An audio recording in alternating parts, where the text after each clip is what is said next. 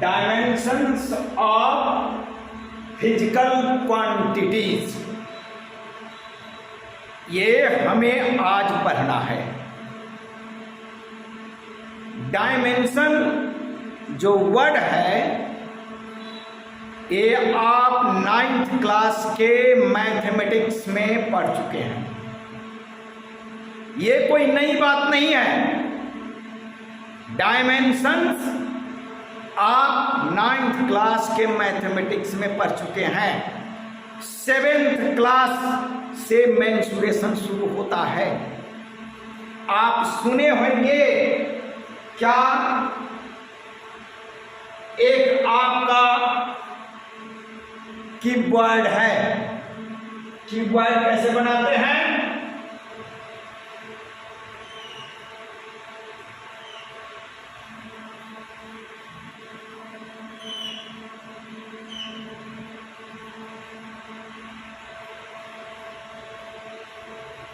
यूं आप इस तरीके का जो स्ट्रक्चर है, दिस इज कॉल्ड क्यूबॉइड।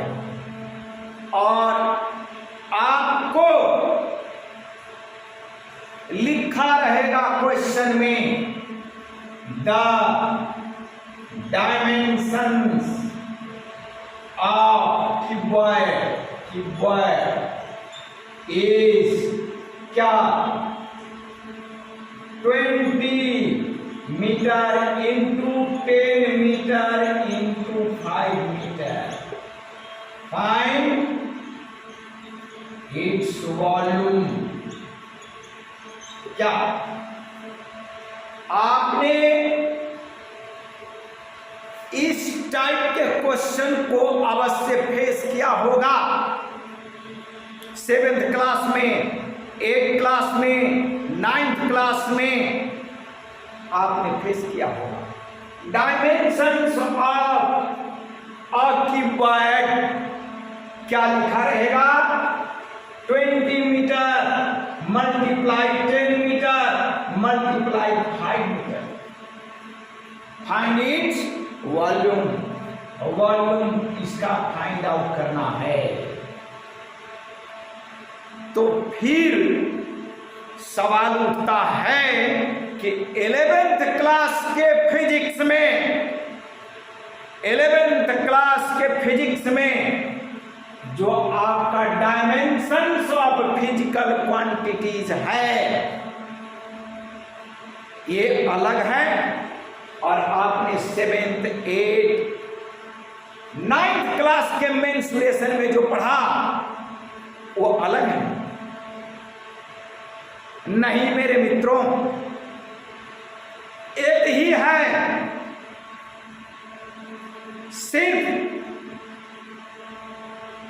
बातें लिखने का जो वे है, राइटिंग वे है, वो बदल गया, बात वही है। आपने इसके वॉल्यूम फाइंड आउट करने के लिए क्या लिखा होगा? Length into breadth into height, right? और लेंथ के लिए आप 20 मीटर यूज कीजिए, 20 मीटर इंटू ब्रेथ के लिए 10 मीटर एंड हाइट के लिए आप 5 मीटर, राइट? आप सबों को मल्टीप्लाई करेंगे तो 200 इंटू 5 आपका निकल कर आ जाएगा क्या? 1000 मीटर क्यूब, राइट? यहां जो आपने मीटर क्यूब लिखा और उसके ऊपर पावर, मीटर के पावर ऑफ दिस मीटर 3 लिखा। यही 3 आपका फिजिक्स में डायमेंशन हो गया। डायमेंशन, इसे आप दिशा भी कह सकते हैं, डायरेक्शन बोल सकते हैं। तो इसी थ्योरी के आधार पर, on the basis of this exponent on the basis of this powers, इसी पावर के आधार पर आप बोलते हैं कि क्यूबॉइड क्या है, 3 डायमेंशनल फिगर है। बिकॉज इसमें लेंथ भी है, ब्रेथ भी है और हाइट भी है। And your room, your geometry box, these are the examples of 3 dimensional figure. हम फिजिक्स में कोई नई चीज डायमेंशन के बारे में पढ़ने नहीं जा रहे हैं, बल्कि राइटिंग वे बदल गया है। अब आप देखिए, आप एरिया निकालेंगे, area of rectangle, suppose that आप लिखेंगे एरिया ऑफ रेक्टेंगल, क्या लिखेंगे, length into breadth, area, right. आप लेंथ के जगह पर 20 मीटर, ब्रेथ आपका 10 मीटर, इतना 200 मीटर स्क्वायर पावर 2। ये तो आपका डिजिट है, ये बदलता रहेगा। ये जो आपका फिगर्स है, दिस फिगर, ये आपका बदलता रहेगा। लेकिन जो भी आप एरिया निकाले, area of triangle, area of square, area of कोई भी ज्योमेट्रिकल फिगर है, लेकिन एरिया का यूनिट जो होगा उस पर पावर 2 आएगा। इसका मतलब क्या हो गया, दिस इंडिकेट दैट एरिया आपका जो है यह 2 डायमेंशनल फिगर है। बात समझ में आ गई? तो बात हम पुरानी ही पढ़ते हैं, सिर्फ उसके राइटिंग वे थोड़ी बदलती चली जाती है। वॉल्यूम आप स्फीयर का निकालिए, सिलेंडर का निकालिए, क्यूब का निकालिए, क्यूबॉइड का निकालिए, जिस भी ज्योमेट्रिकल ऑब्जेक्ट्स का आप वॉल्यूम निकालेंगे, आपका यूनिट जो भी हो, चाहे सेंटीमीटर हो तो सेंटीमीटर पर पावर 3 होगा, मीटर है तो पावर 3 होगा। पावर 3, यही पावर को पहचानना है, इसी पावर को पहचानना है। आप डायमेंशन पकड़ लीजिए कि डायमेंशन है, तो क्या लिखा है, dimensions of a physical quantity are the powers, bracket में लिखा है और exponents to which the base quantities are raised. Base quantity पर क्या होता है, रेज कर जाता है, ठीक, टू रिप्रेजेंट दैट क्वांटिटी। अब एग्जांपल से देखिए, आपका बेस फिजिकल क्वांटिटी क्या है, लेंथ, और लेंथ का यूनिट क्या है, मीटर, मीटर पर पावर 3 है। डायमेंशन पावर में आता है। तो ध्यान रखिए कि ये डेफिनेशन आपका एनसीईआरटी बुक का है, और यही आप लिखिएगा, what is dimensions of a physical quantities, right. और ये आप इन्वर्टेड कॉमा में है, यहां से और यहां तक, इसको याद कर लें। अब आप देखिए, हम एक तरफ फिजिकल क्वांटिटी और दूसरे तरफ सिंबल और उसका नोटेशन हम आपको लिखते हैं, क्या है बात को समझिए। मास, ठीक, इसका सिंबल हम लिखेंगे एम, कैपिटल एम। मास को क्या लिखेंगे, कैपिटल एम, मास, राइट। अच्छा, इसके बाद लेंथ आए, ब्रेथ आए, राइट, डिस्टेंस आए, राइट, डिस्प्लेसमेंट आए, हाइट आए, डेप्थ आए, जितना भी ये है सबके लिए आप एल यूज करेंगे। ध्यान देना इस बात को, ये लिखने का वे बदल गया, मैंने कहा क्या आपका राइटिंग वे बदल जाएगा, राइट। तो ये आपका राइटिंग वे हम लिखवा रहे हैं। मास के लिए M, length, breadth, height, depth, distance, displacement सबके लिए आप ए लिख रहे हैं। टाइम, राइट, ये आपका कैपिटल टी, राइट, एक कैपिटल टी आप यूज करेंगे। अब इसके आगे हम क्या करेंगे, इसको जरा सा आप देखिए।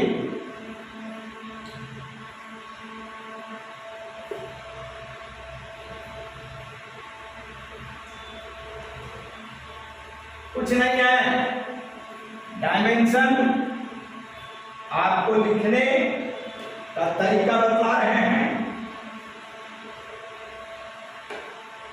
देखिए, और मास को डायमेंशनल फॉर्म में, ये सिंबल है, याद रखिएगा, एम, कैपिटल एम और स्क्वायर ब्रैकेट में बंद करेंगे। एल, इसको स्क्वायर ब्रैकेट में एल को लिखेंगे। टाइम को टी स्क्वायर ब्रैकेट में लिखेंगे, राइट। स्क्वायर ब्रैकेट का यूज करना जरूरी है। जब तक स्क्वायर ब्रैकेट का हम यूज नहीं करेंगे, डायमेंशनल जो फार्मूला है वो इनकम्प्लीट रहेगा। कई बच्चे ये स्क्वायर ब्रैकेट देगा ही नहीं, तो गलत हो जाए। आगे चलिए, याद रखिएगा, अभी मैं मास, लेंथ और टाइम का लिखा हूं। देयर आर 7 बेस और फंडामेंटल फिजिकल क्वांटिटीज, तो वो आप याद रखिएगा, 9th क्लास में भी पढ़े हैं, केमिस्ट्री के भी फर्स्ट चैप्टर में है और फिजिक्स के भी चैप्टर नंबर 2 में दिया गया है। आइए अब हम चर्चा करते हैं।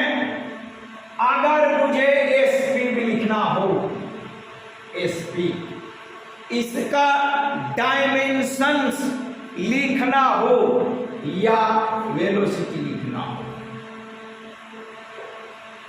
राइट।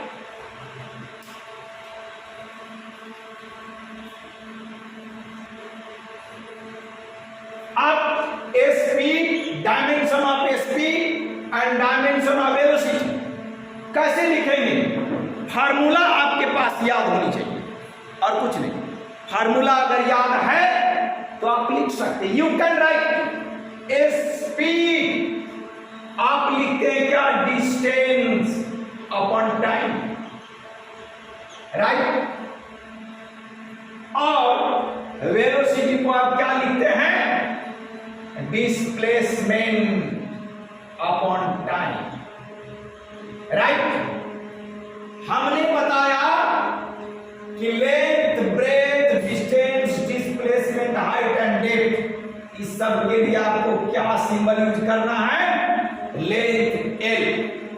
तो ये स्पीड के लिए हम क्या लिखेंगे? Capital L square bracket upon time, and इसे स्क्वायर ब्रैकेट में पुट कर देंगे, put in square bracket. Similarly आप इसका यूज करेंगे डिस्प्लेसमेंट का भी, वही capital A upon capital T square bracket का यूज करेंगे। अब आप इसको एल टी -1 लिख सकते हैं,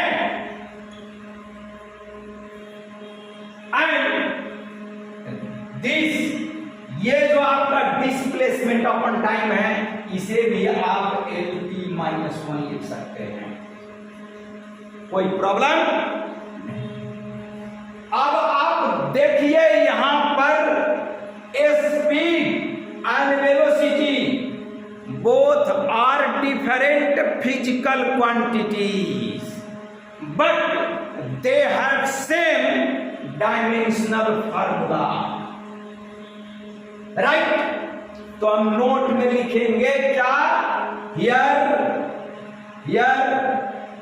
speed and velocity are two different physical, क्यों लिख दे रहा हूं, physical quantities but they have same dimensional formula, दोनों का डायमेंशनल फार्मूला क्या होगा, सेम होगा। ये आप नोट करके लिख लीजिए, ये बात मैंने लिख दिया बोर्ड पर, आप लिखिए, राइट। एक और बात, डायमेंशनल फार्मूला में आपका m टर्म नहीं है, m LT-1 आप लिखे हैं, जो ये आपको कंप्लीट तो बतलाता है, लेकिन अगर आप इसे m raise to the power 0 LT raise to the power -1, ये भी अगर आप लिख देंगे तो गलत नहीं होगा, because m raise to the power 0 आपने 7th क्लास, 8th क्लास में, 9th क्लास में एक्सपोनेंट एंड पावर पढ़ा होगा। क्या पढ़ा होगा, तो x raise to the power 0 equal to 1, it means किसी भी फिगर पर, किसी भी नंबर पर, किसी भी डिजिट पर अगर पावर 0 है तो उसका वैल्यू क्या होगा, 1 होगा। तो m raise to the power 1 से अगर आप इसमें मल्टीप्लाई कर देंगे तो फिर भी आपका यही आएगा LT-1। फिजिक्स में बहुत सारे ऐसे फिजिकल क्वांटिटीज मिलेंगे जिसके डायमेंशन सेम होंगे but they are different physical quantity. Here speed, this is scalar physical quantity and velocity क्या है, vector. Both are different but their dimensional formula LT-1 और m raise to the power 0 LT raise to the power -1, ये दोनों का same है।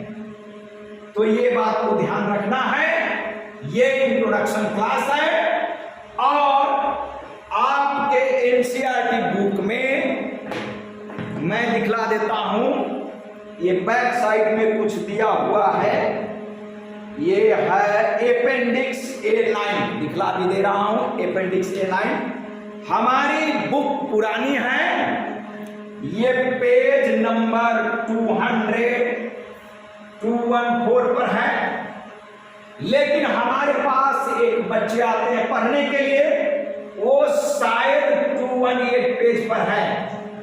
खैर जो भी पेज हो, आप अपेंडिक्स A9 देखिएगा और इसके सारे डायमेंशनल फार्मूला को आप बनाइएगा, याद कीजिएगा, दिस इज होमवर्क।